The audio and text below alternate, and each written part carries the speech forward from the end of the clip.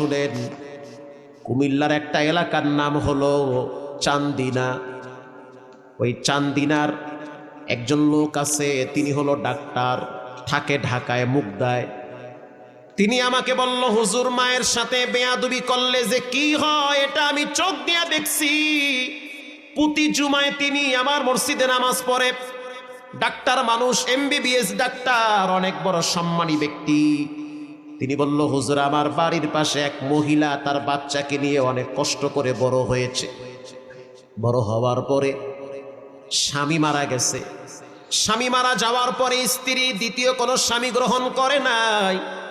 বাচ্চার চেহারার দিকে তাকাইয়া সৌন্দর্য, রূপ, লাবণ্য, যৌবনকে বিসর্জন দিয়েছে। বাচ্চা বড় হয়ে গেছে, শক্তি হয়েছে, সন্তান এবার মাকে বলল, ও মা, আমার মনে চায় আমি ইতালিতে গিয়া কাজ কাম কইরা বাড়ি ঘরটার একটু সৌন্দর্য করব, কিন্তু টাকা নাই, কেমনে আমি ইতালি যাব? নানার যেই সম্পদ মা তুমি পাবে সেই সম্পদ বিক্রি করে আবার ইতালি পাঠায়া দাও। এবার মা সিদ্ধান্ত নিল যে বাবার পৈতৃক সম্পদ বিক্রি করে সন্তানকে ইতালিতে পাঠাবো। সম্পদ বিক্রি করার পরে টাকার ক্যাপচার হয় না, আরো লাগবে। এবার মা নিজের ব্যবহৃত হাতের রুলি, গলার হার বিক্রি করে টাকা যোগ করে সন্তানকে ইতালি পাঠায়া দিছে। ইতালিতে সন্তান যাওয়ার পরে 2-1 মাস মায়ের সাথে ভালো এক সম্পর্ক। ও মা, আগামী বছর থেকে ঘরের কাছে হাত দিব, বিল্ডিং বানাইব। কত স্বপ্ন, মায়ের কলিজার ভিতরে আনন্দ। যদিও আমি দ্বিতীয় স্বামী হিসেবে কাউকে গ্রহণ করি নাই, সন্তানের ভবিষ্যতের দিকে তাকায়া আজকে সেই সন্তান প্রতিষ্ঠিত হয়েছে, মানুষ হয়ে গেছে। এবার সেই ডাক্তার বলে, হুজুর 3-4 মাস যাওয়ার পরে সন্তান কেমন জানি পরিবর্তন হয়ে গেছে। পরে বুঝতে পারলাম সন্তান একটা মেয়ের পাল্লায় পড়ছে। এই মেয়েটার সাথে ফোনে নিয়মিত কথা হয়, আলাপ হয়। আল্লাহর কসম, আল্লাহর জাত ও সিফতের কসম, মিথ্যা বললে যেন আমার জিহ্বাটা বেঁকা হয়ে যায়। গতকালকে বয়ান করছি কুমিল্লায়, লাঙ্গনকোট কুমিল্লায়। গাড়িতে বসলাম, এক ভদ্রলোক আইসা চোখের পানি ছেড়ে কেঁদে দিয়েছে, হুজুর আমার সন্তান এখন কন্টিনিউ SSC পরীক্ষা দেয়, কিন্তু আমার সন্তান একটা মেয়ের পাল্লায় পড়ে পরিবর্তন হয়ে গেছে। সন্তানটা ঘরেও থাকে না, রাত জেগে জেগে মেয়েটার সাথে সময় দেয়। একটু দোয়া করেন, কিছু বললে সন্তান আমাকে মারতে চায়। এরকম সন্তান আজকে ঘরে ঘরে অভাব না, আছে না নাই? কিচ্ছু হবে না, ভবিষ্যৎ জিন্দেগি অন্ধকার হয়ে যাবে। মা টের পাইছে সন্তান পরিবর্তন হয়ে গেছে। কিছুদিন পরে সন্তান গোপনে ওই মেয়েটাকে বিবাহ করেছে। মেয়েটা বলেছে, বিবাহ বসতে পারি, শর্ত একটা, যে তুমি আমাদের বাড়িতে আসবে, টাকা পয়সা যা কামাই করবে আমার হাতে দিবে, তোমার মায়ের সাথে সম্পর্ক রাখতে পারবে না। ছেলেটা মেয়ের প্রেমে অন্ধ হয়ে গেছে, মানসিক প্রতিবন্ধী হয়ে গেছে, ভালোবাসার জোয়ার চলে আসছি, একা একা বাংলাদেশে চলে আসছে, গোপনে বিবাহ করেছে। বিবাহ করার পরে শ্বশুর বাড়িতে কিছুদিন থাকলো। এরপরে শ্বশুর শাশুড়ি স্ত্রী সহ এয়ারপোর্টে সন্তানটাকে আগায় দিছে, যাও ইতালিতে নিরাপদে যাও। কারণ শ্বশুর শাশুড়িও টের পাইছে টাকার গাছ, মসমসা টাকা কামাই করে, এরই তো দরকার। কথা ঠিক না ব্যাঠি? এরই তো দরকার। এবার সন্তান বিদেশে যাওয়ার পরে নিয়মিত শ্বশুর শাশুড়ির সাথে যোগাযোগ, মায়ের সাথে সম্পর্ক নাই। দীর্ঘদিন হয়ে গেল।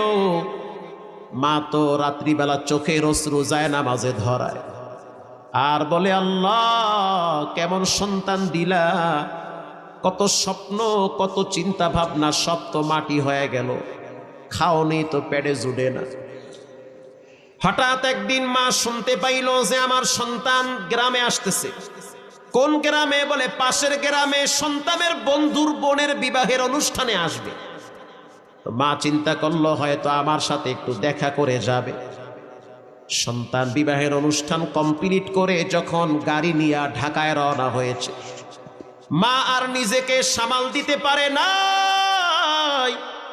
মা বুঝতে পারছে যে সন্তানের ভিতরে মনুষ্যত্ব নাই, পশুর চেয়েও খারাপ হয়ে গেছে। সন্তানের মহব্বতে মা এবার রাস্তায় দাঁড়ায় রইছে। এবার সন্তান যখন গাড়ি টান মারছে, মা সামনে দাঁড়ায় বলে, টান দিস না, একটা বারের জন্য তোর বাবার ভাঙ্গা খাটটা একটু বসে যা। সন্তান বলতে আছে, রাস্তা ছেড়ে দাও, ব্যস্ত আছি আমি, পরে দেখা করব। তোমাকে পরিচয় দিলে আমার মান সম্মান থাকবে না। তুমি তো ফকিরনি, তুমি তো গরিব।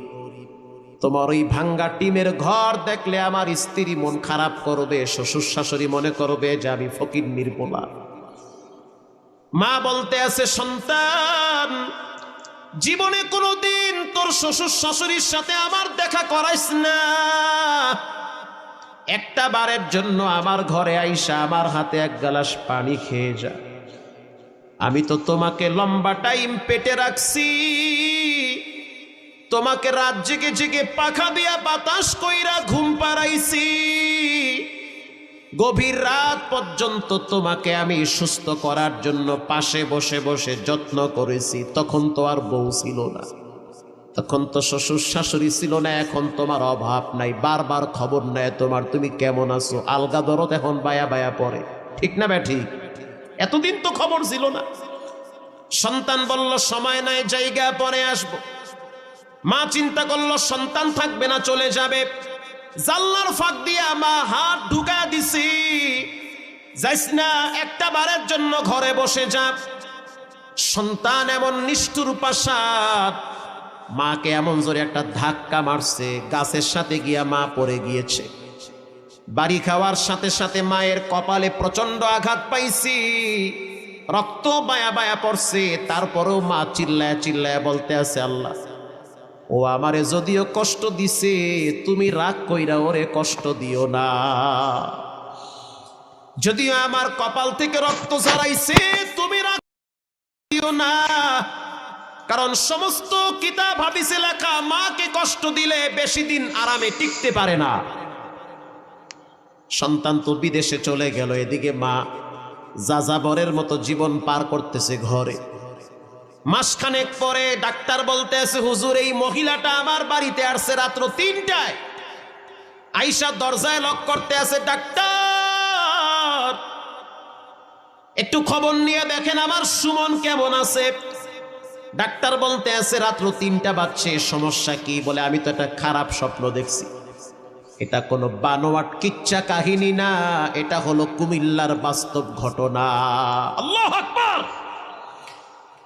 ডাক্তার বলতে আছে, খবর কেমনে নিব? মহিলা বলতে আছে, যেমনে হোক খবর নেন, আমার সন্তান কেমন আছে। ডাক্তার বলল, কি স্বপ্নে দেখলা? বলে, আমি দেখছি আমার সন্তান একটা ফ্যাক্টরির ভিতরে মিশিং চলতেছে, মিশিং এর ফিতার সাথে আমার সন্তানের হাত পেঁচাইছে।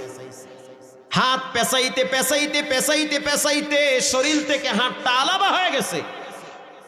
এটা আমি স্বপ্নে দেখছি, তাড়াতাড়ি একটু খবর নেন। ডাক্তার বলতে আছে, হুজুর, আমি এই মহিলাটারে একটু বুঝাইয়া শুনাইয়া বাড়িতে পাঠাইয়া দিছি। কিছুক্ষণ পর আমার মোবাইলে ঋণ ভেসে উঠল। তখন মোবাইলের দিকে তাকায় দেখলাম এটা বাহিরের নাম্বার, কল রিসিভ করলাম। ওই যে সুমনের কিছু বন্ধু বান্ধব আছে, তাদের সাথে আমার কথা হয় মাঝে মাঝে।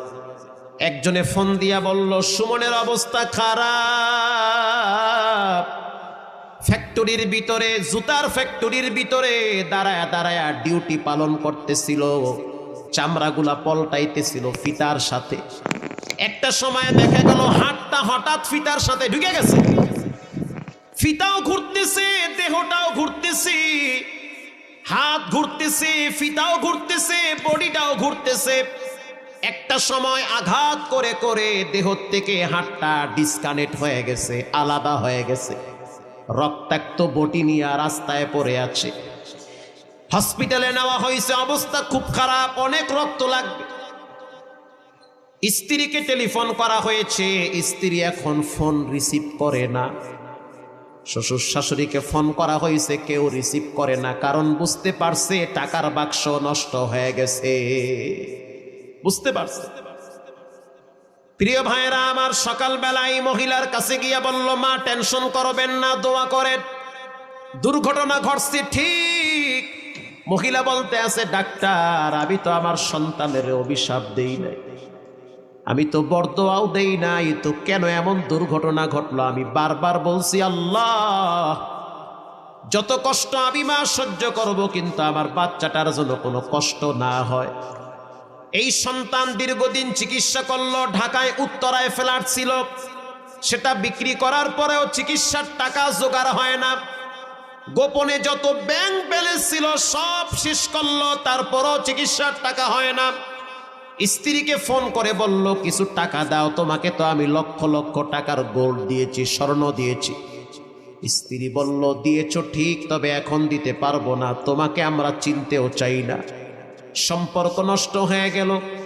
গ্রামে চলে আসছে, মা এয়ারপোর্টে গিয়া বসে আছে আর বলতে আছে, সন্তান সবাই তাড়ায়া দিতে পারে, আমি মা তোমারে তাড়ায়া দিতে পারি না। এখন এই মায়ের ঘরেই থাকে। কয়েক বছর আগে সন্তান দুনিয়ার থেকে বিদায়।